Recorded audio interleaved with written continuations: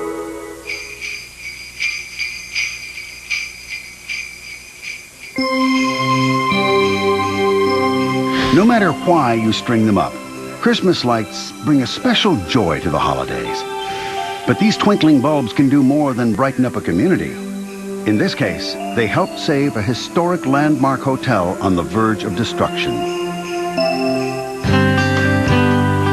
60 miles from Los Angeles, the Mission Inn of Riverside, California started out as a 12-room boarding house in the late 1800s. Then, in 1905, owner Frank Miller decided to expand the place. Frank Miller came up with the kind of the marketing niche of mission Renaissance architecture. So this was built where it looked like it was a mission, even though it never was. That expansion took over 30 years and covered an entire city block. Miller had turned the Mission Inn into the premier hotel in Southern California. Every Hollywood star you could think about, say pre-35, stayed here.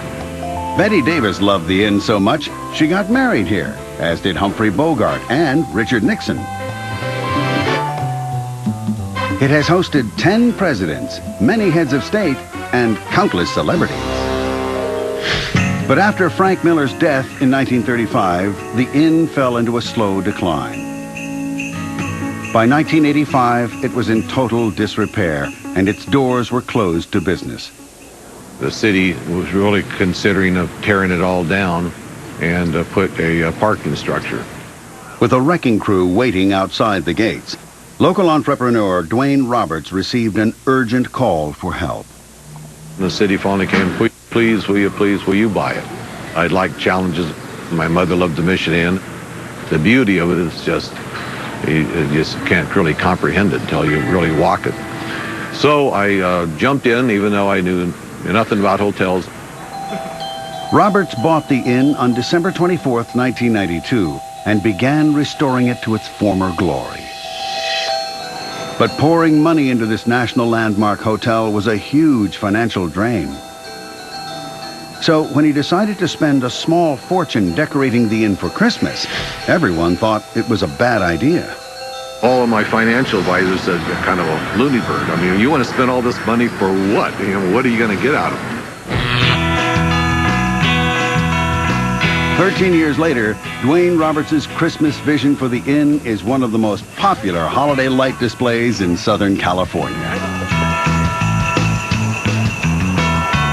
From the elegant Spanish patio to the shimmering swimming pool, the Mission Inn is draped in more than 2.5 million lights. Not many places dedicate the effort into Christmas decorating and into the high caliber of Christmas decorations that you find here at the hotel. It really is very unique. The creative force behind the Festival of Light, designer Isabel Kaminsky, is constantly inspired by the beauty of the inn. It's just a fabulous place to work. I just sort of exploded with ideas when I first saw it and what I would do and how I would do it. Kaminsky spends all year preparing for the festival, but the installation itself begins in early fall. I have 20 men and women that work from the end of September right through Thanksgiving, many hours of overtime put in doing the install, both the interior and the exterior, and prepping everything for it.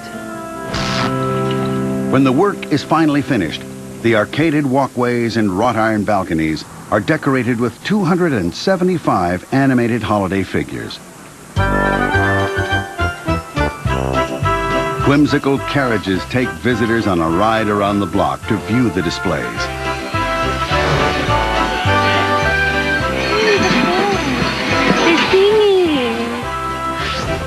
Welcoming 30,000 people on its first night alone, the Festival of Light at the Mission Inn has proven not only beautiful, but profitable as well. Friday that we turned on the lights, the hotel was full out. That was people, many of them from the local community, staying here just to have the experience of the lighting ceremony, the lights go on and so forth. So now it's turned out to be very successful. We're from Riverside, and we're here tonight to see the lights with our granddaughters. Got to be here every Christmas. It gets better every year. In fact, the festival is such a draw for hotel guests that Roberts keeps the display open to the public free of charge from the day after Thanksgiving to the first week in January. The hotel's really been supported by the community, and I kind of thought about, well, what can I do to kind of, say thank you and put something back to the community.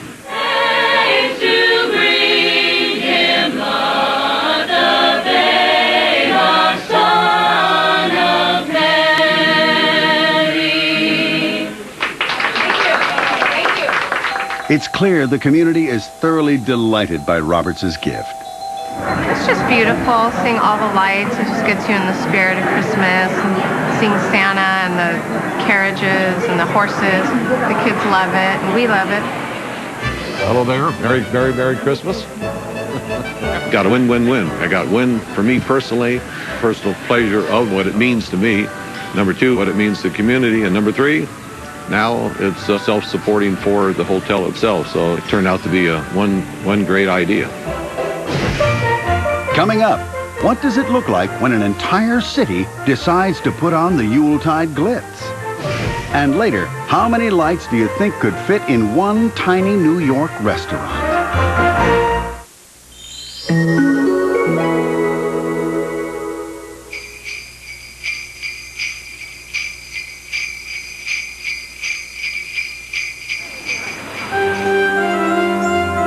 If you like your holidays cold, snowy, and sparkling with holiday lights, Chicago is the perfect Christmas destination. Through the swirling flakes, the windy city shimmers with a special brilliance at this time of year. From the Navy Pier to Millennium Park and the Miracle Mile, this town radiates Christmas cheer. We have fantastic lighting on Michigan Avenue, and it's really a corridor of illumination that is beautiful. And when you've had enough of the cold, you'll find some of the most impressive lighting displays indoors, starting with the Museum of Science and Industry's Christmas Around the World exhibit. When you first come up the escalators at the Museum of Science and Industry, the first thing you're going to see is our 40-foot Christmas tree. It is the picture of Christmas. Surrounding this majestic pine is a glimmering forest of smaller trees representing Christmas traditions from 52 countries. Every year, different ethnic groups from all around Chicago come here to decorate the trees. They come from cultural institutions, from churches, and some families that have been doing this for several generations, and some even make their own ornaments. Each tree incorporates different Christmas traditions or legends. The spider webs on the Ukrainian tree allude to a fable about a family who were too poor to decorate their tree. And the story goes that while the children slept in the middle of the night, spiders wove a web all over the tree. And in the morning, when the sun glistened on it, it's glistened all gold and silver, and they sort of had natural decorations for their tree. And so to this day, they decorate their tree with spider webs. On the Puerto Rican tree, ornaments shaped like maracas and guitars refer to the parrandas, or carolers who go door to door during the weeks before Christmas.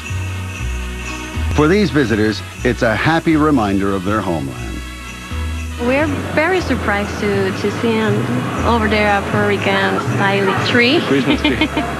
It portrays a lot of the musical instruments, the ones used in the parranda. And the colors of the flag the colors in of the flag. ornaments.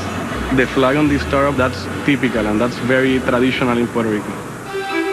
Tens of thousands of lights are used to illuminate this United Nations of Christmas trees, putting a strain on the museum's electric grid. I hear they have brownouts over at the University of Chicago sometimes when we turn it on in the morning. We have to spread all the electricity around the building. It's quite an engineering feat as well. Strolling through this twinkling multicultural display is a magical holiday experience. Gosh, it looks like heaven. It's perfect. It really puts us in the spirit to celebrate Christmas. There are families that come back year after year to see the new trees, to see the different decorations, and people who were brought here as kids are now bringing their kids and their grandkids. But for generations, Chicago's Christmas hotspot for kids and grown-ups alike has been the legendary Marshall Field's department store. Every December, a constant stream of children press their noses to the glass of the display windows on State Street. This year we have Cinderella, And it's the traditional tale of Cinderella that is interpreted by us and created, that Cinderella makes her own beautiful gown and all those wonderful things, and the little holiday touches. I like the one where the dress like changed from like a ripped dress to like a beautiful, gorgeous dress. The store's main holiday attraction stands in the 10-story central atrium. Reaching a height of 45 feet, this sumptuous Christmas tree is laden with 1,200 Swarovski crystal ornaments, including a 6-foot tree topper. It's a sight no Chicagoan would miss. Having come here just since childhood, every Christmas, just for dinner in the Walnut Room and to see the tree, and now we can bring our own son as we came here as kids ourselves. 15,000 lights, as well as multiple rotating spotlights, give this towering fantasy a dazzling radiance. Every year to 2 years, we have to change out those lights because they get such huge use during our holidays that their lifespan isn't too long from season to season. Although the tree can be seen from the floor above, the most popular viewing spot is a table beneath the tree in the historic Walnut Room. It's really, for many families, a tradition to dine under the tree during the holidays. It's one of their main things that they need to check off their list. This oak-paneled restaurant serves more than 2,500 people a day during the Christmas season. Our Walnut Room can be up to a 3 or 4 hour wait for, of course, a wonderful lunch or dinner, but the real compelling piece is this amazing tree. This romantic haven is often the site of more than holiday celebrations. It's also a favorite spot for marriage proposals. I got down on my knee and asked her to turn around real quick. You couldn't ask for a better scene. It was snowing. It was in front of the Christmas tree. It was awesome. I've been waiting a long time. A real long time.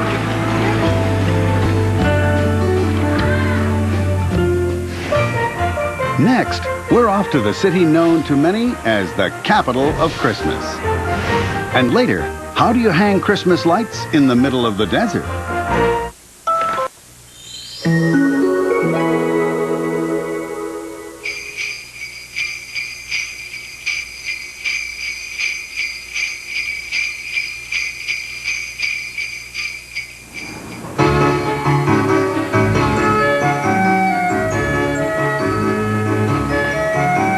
Everything always seems bigger, brighter, and more colorful in New York City.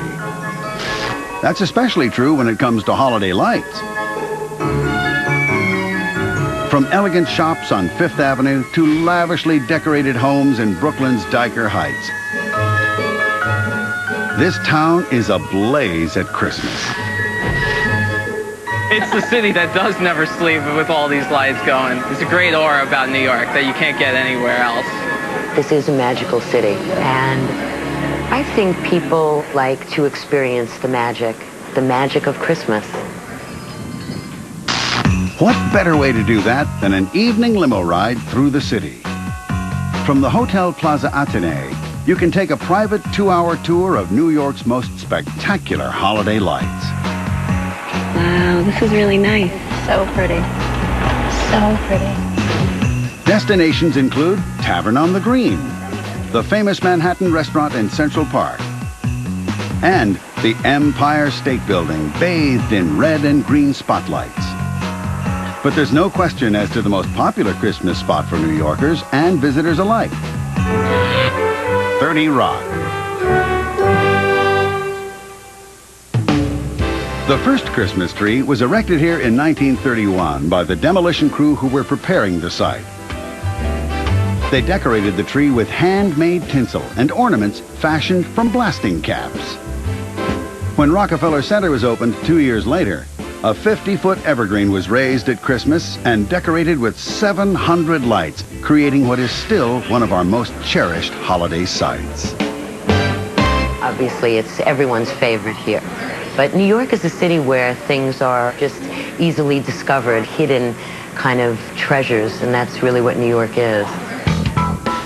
One of those hidden treasures is north of Manhattan at the Bronx Zoo, which has a unique take on holiday light displays. We started in 1997 with just hopes that people would come out, and in year one we had 108,000 people who discovered that the Bronx Zoo not only was open but was an amazing place to visit during the holidays. Every evening from mid-November to New Year's, visitors stroll along the zoo's tree-lined pathways, gazing at 150 illuminated animal sculptures. We have an osprey that dives into our waterfall, and it's really neat, and it swoops over, and it's really difficult to put up, but it's all well worth it. In addition to the animal sculptures, many of the zoo's buildings are decked out with lights as well. There's close to 1 million lights that are throughout the zoo, including all the mini lights, the architectural lights, the light displays. It takes 6 months of planning and 2 months of constant work to put up all these lights. For everyone at the zoo, it's well worth the effort. Our staff love it. Everyone brings their families, and it's just, to us, it's like an extension of our home. After you finish viewing the lights and the animals, there are evening performances featuring stilt walkers and ice sculptors. I'm going to make an attempt at carving a lion in like 15 minutes, maybe less.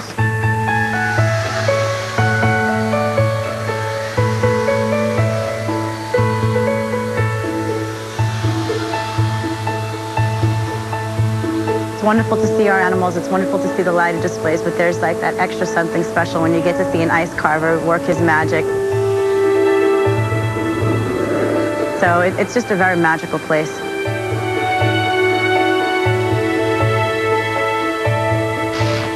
While the holiday magic at the Bronx Zoo spreads out over 265 acres, Rolf's restaurant in Manhattan packs its astonishing Christmas decor in only 1,500 square feet.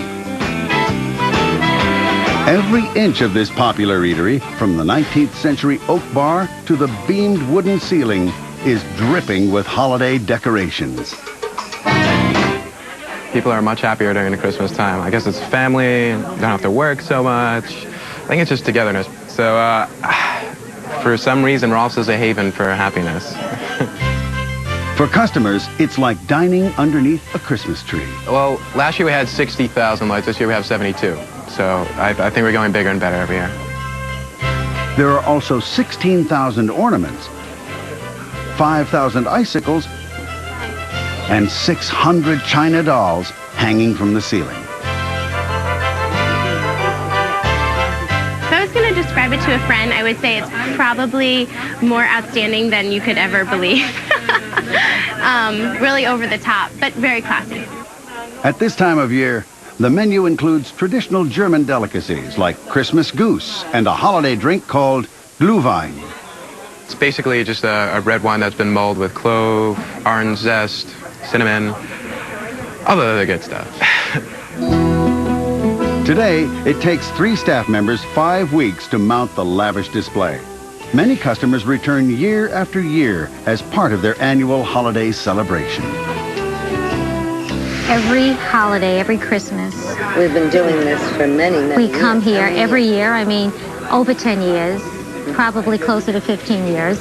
I don't think we would feel that Christmas was complete unless we came to Rolf's. From dinner at Rolf's to 30 Rock, many would agree that New York has it all when it comes to Christmas. But would you think you'd find as much holiday spirit in a cactus garden in the middle of the desert?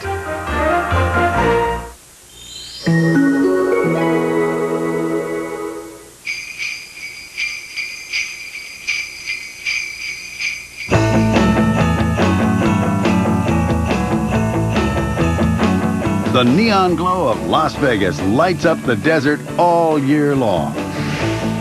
So it's no surprise this city does Christmas like nowhere else. The holiday display in the Bellagio Hotel's conservatory is a perfect example of Christmas decorating Vegas style.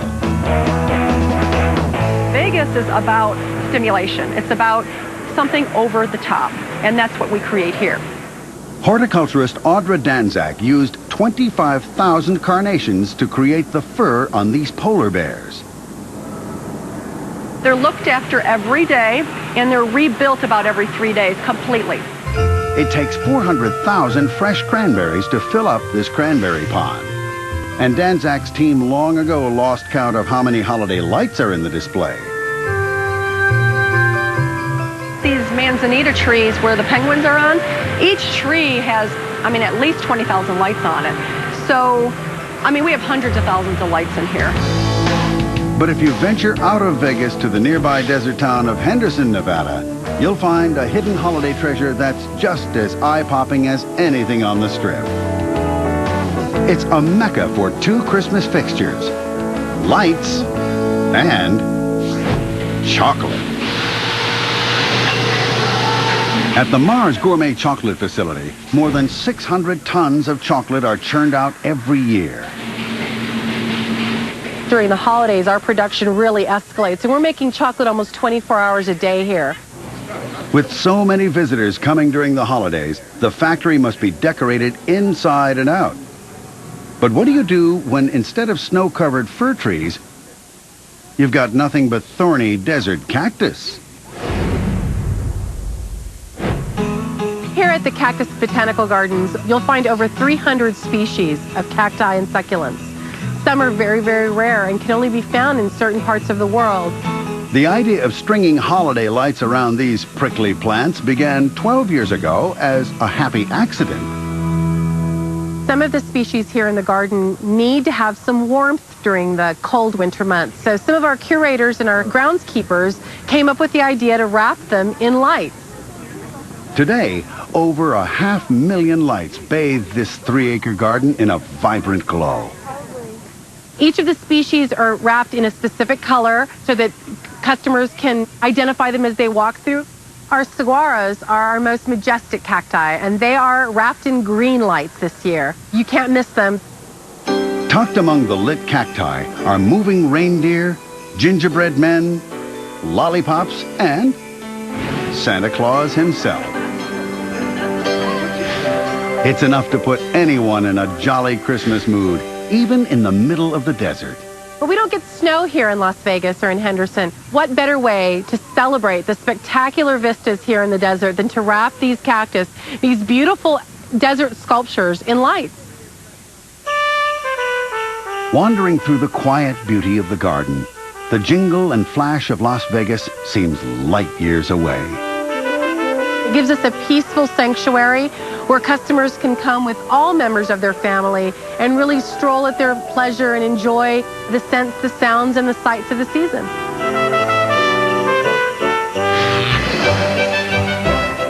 From open desert plains to Manhattan's elegant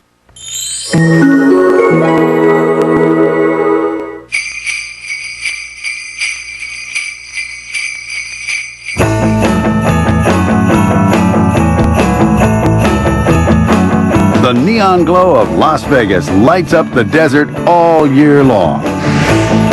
So it's no surprise this city does Christmas like nowhere else. The holiday display in the Bellagio Hotel's conservatory is a perfect example of Christmas decorating Vegas style. Vegas is about stimulation. It's about something over the top, and that's what we create here. Horticulturist Audra Danzak used 25,000 carnations to create the fur on these polar bears. They're looked after every day, and they're rebuilt about every 3 days completely. It takes 400,000 fresh cranberries to fill up this cranberry pond. And Danzak's team long ago lost count of how many holiday lights are in the display. These manzanita trees where the penguins are on, each tree has, at least 20,000 lights on it. So, we have hundreds of thousands of lights in here.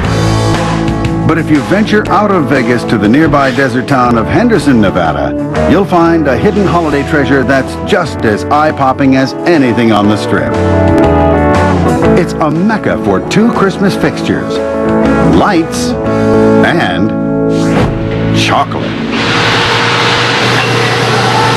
At the Mars Gourmet Chocolate Facility, more than 600 tons of chocolate are churned out every year. During the holidays, our production really escalates, and we're making chocolate almost 24 hours a day here. With so many visitors coming during the holidays, the factory must be decorated inside and out. But what do you do when instead of snow-covered fir trees, you've got nothing but thorny desert cactus? Here at the Cactus Botanical Gardens, you'll find over 300 species of cacti and succulents. Some are very, very rare and can only be found in certain parts of the world. The idea of stringing holiday lights around these prickly plants began 12 years ago as a happy accident. Some of the species here in the garden need to have some warmth during the cold winter months. So some of our curators and our groundskeepers came up with the idea to wrap them in lights. Today, over 500,000 lights bathe this 3-acre garden in a vibrant glow. Each of the species are wrapped in a specific color so that customers can identify them as they walk through. Our saguaros are our most majestic cacti, and they are wrapped in green lights this year. You can't miss them. Tucked among the lit cacti are moving reindeer, gingerbread men, lollipops, and Santa Claus himself. It's enough to put anyone in a jolly Christmas mood, even in the middle of the desert. But we don't get snow here in Las Vegas or in Henderson. What better way to celebrate the spectacular vistas here in the desert than to wrap these cactus, these beautiful desert sculptures, in lights? Wandering through the quiet beauty of the garden, the jingle and flash of Las Vegas seems light years away. It gives us a peaceful sanctuary where customers can come with all members of their family and really stroll at their pleasure and enjoy the scents, the sounds, and the sights of the season.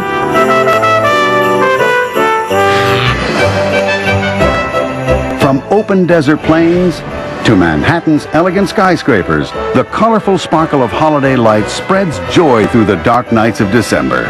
For young and old alike, they're a constant reminder of the wonder and magic of Christmas.